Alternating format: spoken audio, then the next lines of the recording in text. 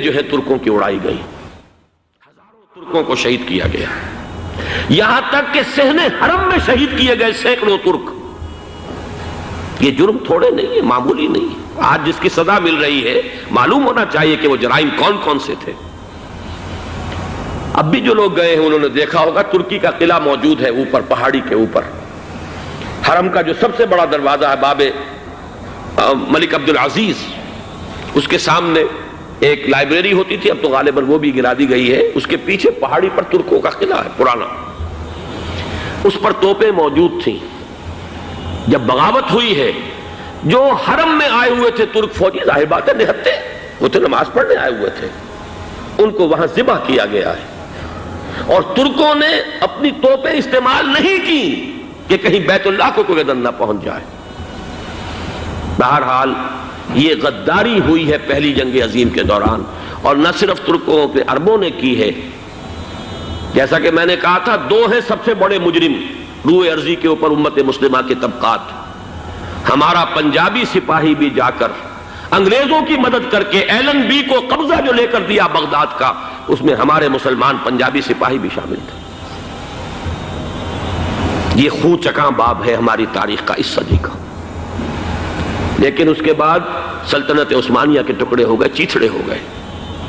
ایک انگریز نے لکھا ہے یہ جملہ، زہر میں بجھا ہوا جملہ، کہ تاریخ میں یہ بات ثبت ہو جائے گی کہ ایک انگریز نے اس سلطنت کے ٹکڑے کر دیے کہ جو عمر فاروق نے قائم کی تھی رضی اللہ تعالیٰ عنہ۔ یہ پورا عالم، یہ تمام علاقہ کس نے فتح کیا تھا؟ یہ بات ہاتھ بدل گئے تھے، پھر ترک آ گئے، خلافت عثمانیوں کے پاس چلی گئی، لیکن یہ سلطنت تو حضرت عمر رضی اللہ تعالیٰ عنہ کے زمانے سے چلی آ رہی تھی۔ اس کو ایک انگریز کرنل نے، اور اس نے بغاوت پہ آمادہ کر کے عربوں کو اور ترکوں کے پیٹھ میں چھرا ڈھپوا کر ان کے ذریعے سے اور ٹکڑے کر دیے۔